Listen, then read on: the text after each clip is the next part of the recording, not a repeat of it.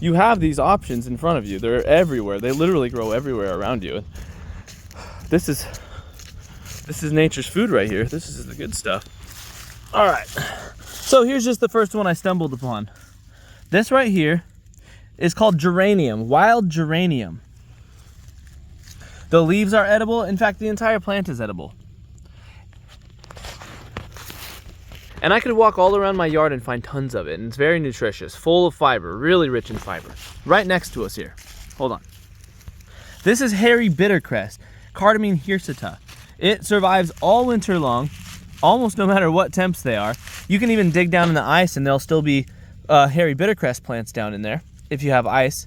So these are edible. The entire plant is edible, and it produces these beautiful little white flowers, and those make a very nice garnish. A long forgotten and underrated skill is how to identify edible plants. I think all of these grow in all 50 states, as a matter of fact.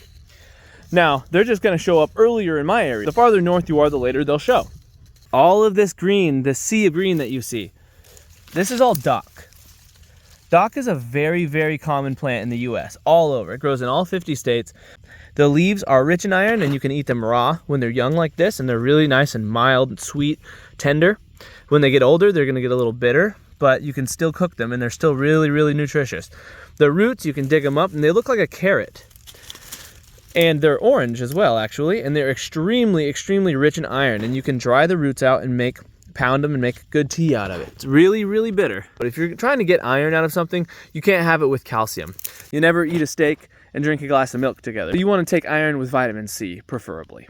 Oh, the seeds of this plant, of dock, have been used, like ground into flour and put into like baked goods and bread and stuff like that. You can make little dock seed cakes out of it. And of course, how could we leave out dandelion?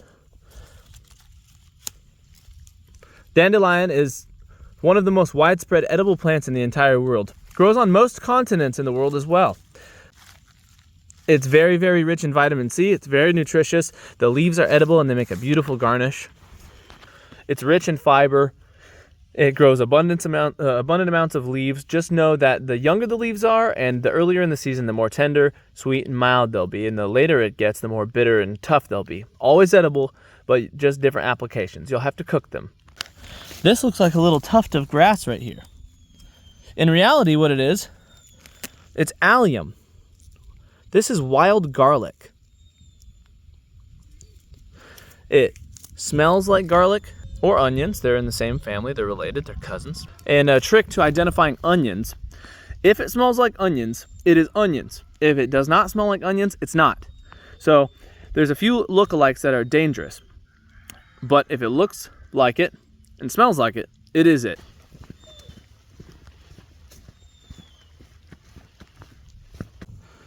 Oh, I think there's... Ah, yes, here we go. All right, you see these lovely looking beads? This right here is Apios americana. And these, this is an edible ground nut. So you can cook these up just like potatoes. And apparently they're much better tasting than potatoes as well. They're a little bit small. They'll get to be about the size of a golf ball when mature. Europeans that would move here and settle somewhere, whenever they would settle somewhere new in the US, usually they had to survive off of the roots of this plant for the first entire year until their crop started producing. That's how important this plant is. All right, that's all I have time for right now.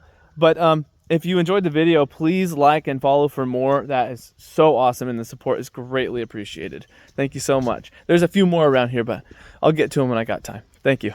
Bye.